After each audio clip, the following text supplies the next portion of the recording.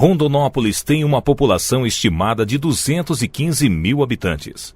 Segundo o Tribunal Regional Eleitoral, o município já tem quase 130 mil eleitores e o sexto maior PIB do Centro-Oeste brasileiro. O município ainda está entre os 100 maiores polos industriais do país.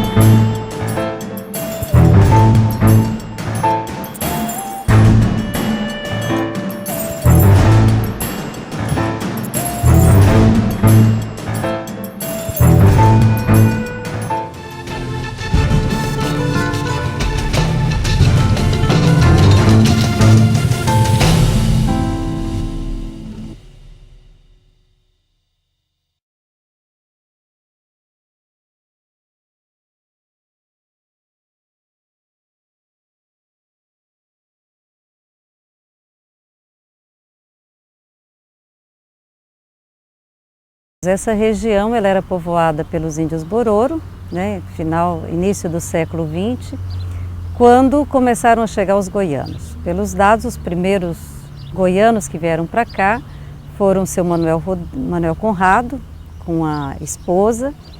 Ele teria se fixado nessa região e depois ele teria entrado em contato na época havia um posto telegráfico em Tereza Cristina, que é uma aldeia, ele teria ido lá, entrado em contato com o irmão dele, seu José Rodrigues, que é de Palmeiras do Oeste, em Goiás, e o seu José Rodrigues teria perdido as eleições, ele era político lá, e segundo a nora dele, ele teria se desencantado com o lugar, e diante da possibilidade de ter terras nessa região, ele veio para cá.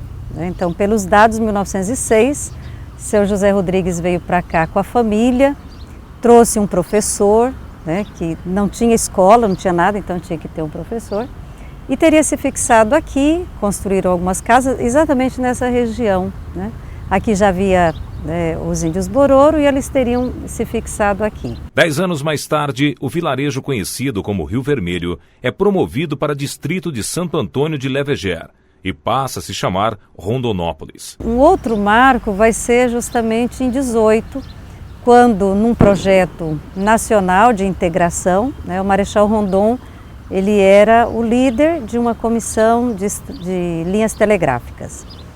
No projeto do Marechal Rondon, essas linhas telegráficas passariam na região do Naboreiro, tem um morro, passaria exatamente naquele morro do Naboreiro, seguindo para Cuiabá. Só que aí o Marechal Rondon ficou doente, teve que voltar ao Rio de Janeiro, E aí tem uma certa, não sabe certo se foi pela doença mesmo ou se ele teria que voltar. No livro dele ele diz que voltou ao Rio de Janeiro. E quem ficou no lugar dele foi o Major Otávio Pitaluga, que era deputado estadual, e era amigo do seu Zé Rodrigues. Então o seu Zé Rodrigues teria pedido a ele para passar as linhas telegráficas aqui, porque onde tinha o posto telegráfico tinha crescimento, Era um outro momento, interligar. Isso aqui era tudo isolado, só tinha, nem tinha estradas, as estradas no mapa, havia algumas estradas carroçáveis, então não tinha condição. E aí o Otávio Pitaluga teria mudado o percurso das linhas telegráficas, passando por aqui, criando um posto telegráfico aqui. E aí quando o Marechal Rondon soube, não gostou, e o Major Otávio Pitaluga, então, para equilibrar a situação, teria ido a Cuiabá e criado o distrito, era só povoado, criado o distrito de Rondonópolis em homenagem a ele. Então seria uma forma de quando ele realmente voltasse do Rio de Janeiro, ele dissesse, olha, não tem mais jeito. E foi o que aconteceu. Além do telégrafo, uma balsa passou a fazer a travessia do Rio Vermelho diariamente. O otimismo que tomou conta das mais de 60 famílias que povoavam a região foi apagado com a corrida pelo garimpo em Poxoréu.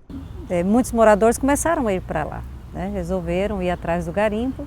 E Rondonópolis foi meio despovoando.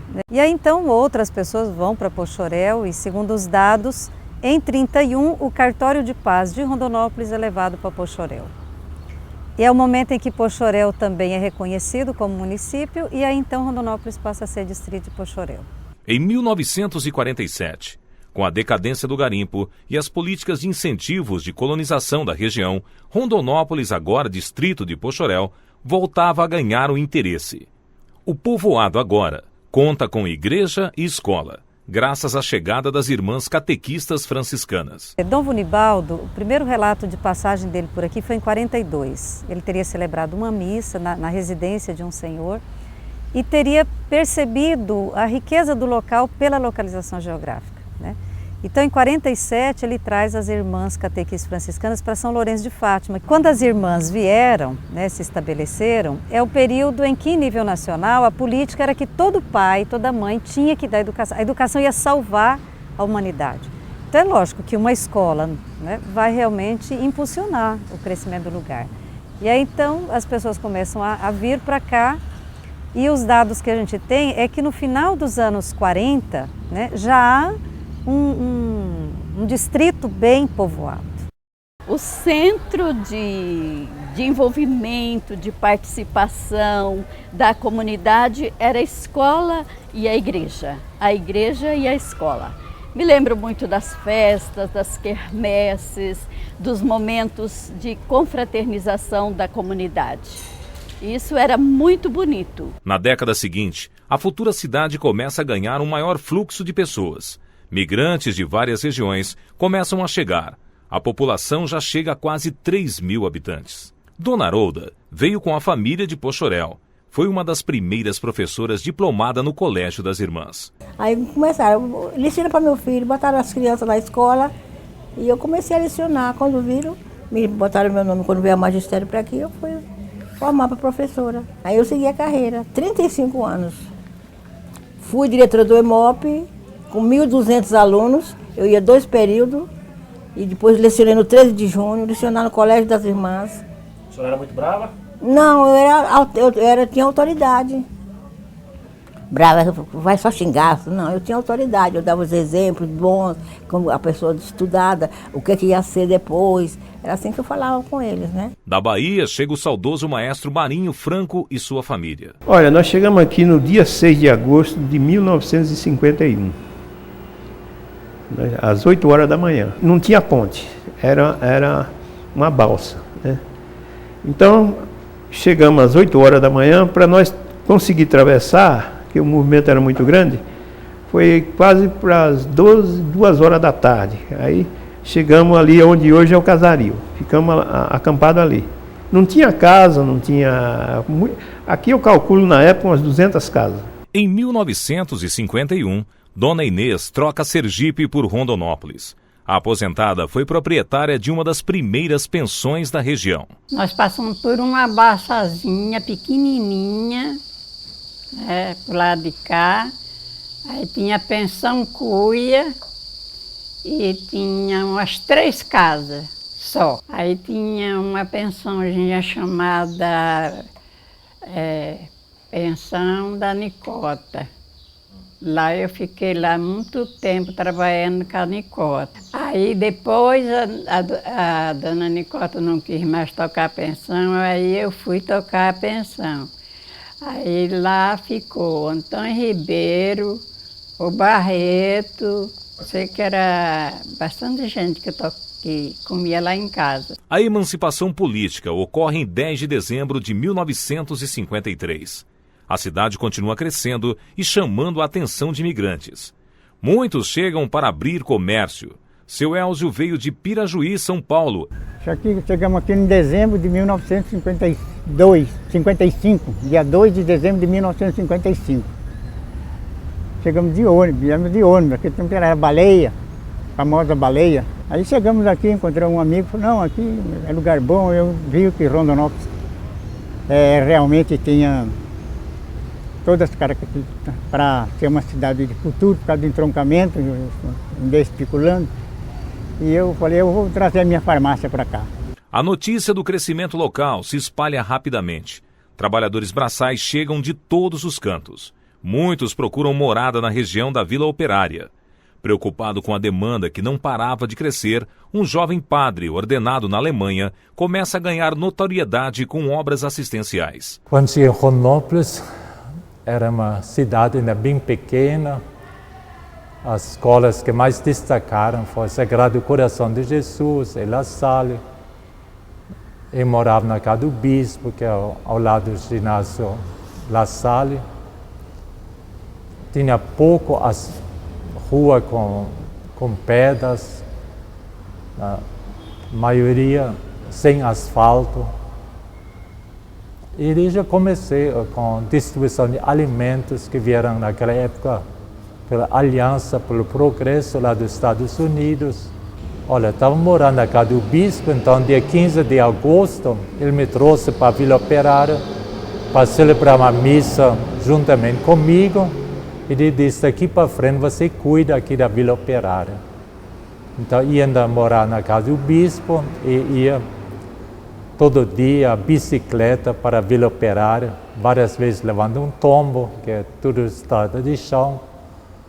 E dando catequese, administrando sacramentos, celebrando missa. E começamos a levantar as primeiras casas na Vila Ipê e na Vila Mariana. Regime mutirão. Na década de 60, as indústrias começam a chegar. Uma delas foi a fábrica de bebidas do seu Djalma. Em 63 nós fundamos a Marajá. Uns amigos aí fundamos a Marajá.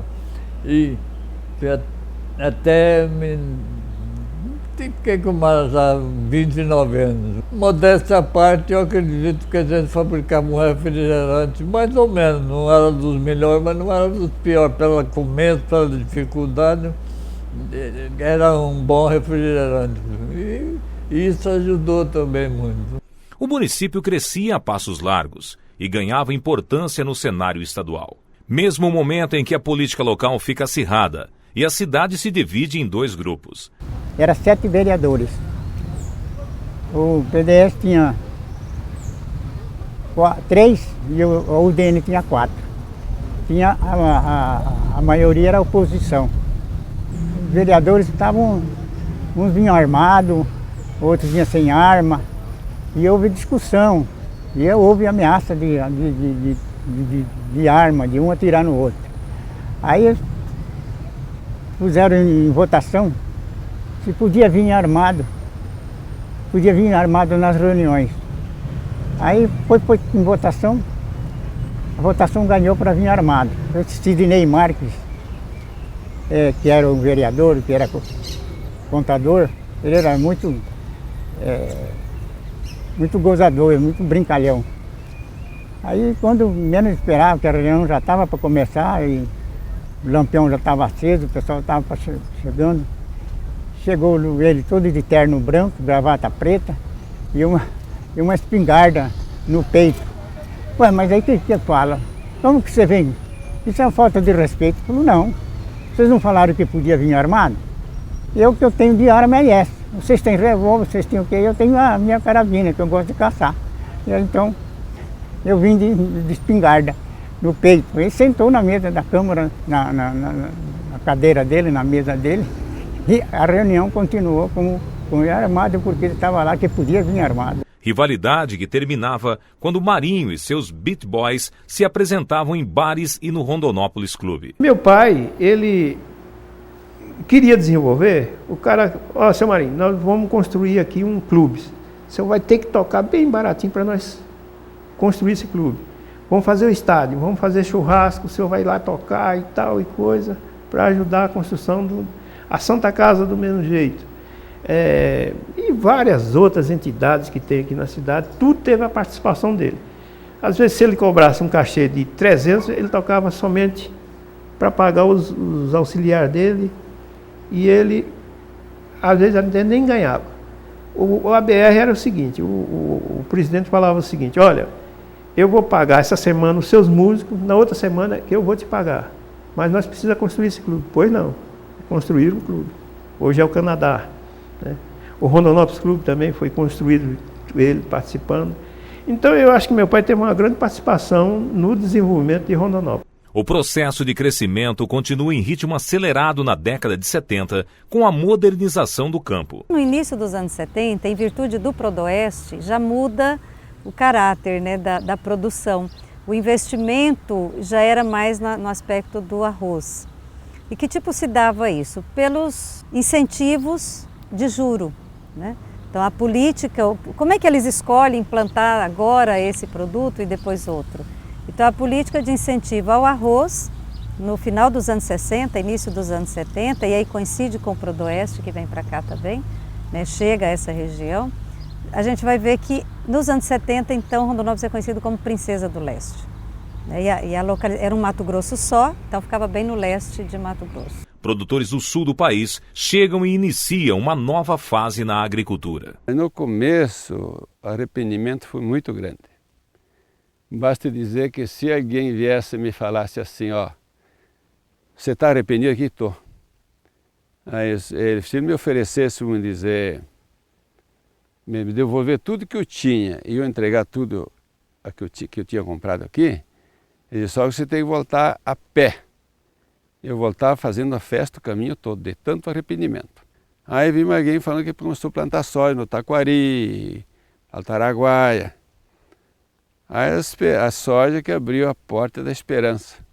Começou aí, a soja é tudo, ela melhora a terra ela abre outro horizonte, né? Os primeiros passos do que mais tarde se transformaria no agronegócio impulsionaram Rondonópolis nas 2 décadas seguintes. Nos anos 80, o município já era o segundo de Mato Grosso. A cidade se consolida como polo na indústria, agricultura e pecuária. O século XXI representa um novo marco. A capital do agronegócio também fica conhecida como a capital do bitrem. As indústrias ganham destaque. Recentemente, foi inaugurado o maior terminal intermodal da América Latina, o que vai agilizar o transporte da safra para os portos. A perspectiva para os próximos anos são bem otimistas. Bom, Rondonópolis é uma cidade ainda jovem, completando agora 60 anos, e com grandes perspectivas de crescimento. O setor dos serviços agora disparando, crescendo muito mesmo, e que ainda com grandes chances para crescer muito mais, acompanhando esse potencial do agronegócio, pegando o agronegócio no conjunto como um todo, né? A agricultura, com as indústrias e muitas indústrias que vindo para Rondonópolis, motivadas também pela ferrovia que acaba de chegar, motivada pela estrutura logística que Rondonópolis apresenta, o eixo cortando 364 com 63 aqui cruzando na cidade. Então, a cidade oferece condições favoráveis para a atração de novas indústrias. O Estado oferece políticas e incentivos também, o município é acolhedor. Isso tudo contribui para que Rondonópolis continue realmente crescendo de forma exponencial nos próximos anos. Estima-se que nos próximos 10 anos a cidade deve passar de 300, chegando muito próximo a 400 mil habitantes. A gente já temos que pensar numa cidade de 400 mil habitantes para os próximos 10 anos, dentro dessas perspectivas de grandes investimentos vindo para a cidade. E aí então, com certeza, muitas famílias viriam para apostar aqui em Rondonópolis para criar seus filhos, para levar sua família. Essa é Rondonópolis, uma senhora de 60, uma cidade de vários sotaques, de todas as cores, de uma população determinada e com muita disposição para crescer ainda mais. Com rebento brotaste radiante, como estrela de raro fulgor, tão sonhada na força que emana, fruto terno do nosso suor. Rondonópolis querida, é com muito orgulho, com muita alegria que eu quero parabenizar você pelos seus 60 anos. Parabéns, Rondonópolis, pelos seus 60 anos. Parabéns a Rondonópolis pelos seus 60 anos. Desenvolveu bastante, virou uma cidade mesmo. Surgiste ao brasão imponente, traz a Deus que em ti pare a graça e envolve de amor tua gente, nas belezas das matas e montes, nas entranhas de vales e rios, na nobreza do denso cerrado, foi assim que esse sonho seguiu. Brasileiros de pragas distantes. Parabéns, Rondonópolis. Desejo que continue crescendo. Parabéns, Rondonópolis. Parabéns, Rondonópolis. Eu gosto muito da minha cidade e que Deus abençoe todos nós. Existe o brasão imponente, praz a Deus que em ti paire a graça, que envolve de amor tua gente.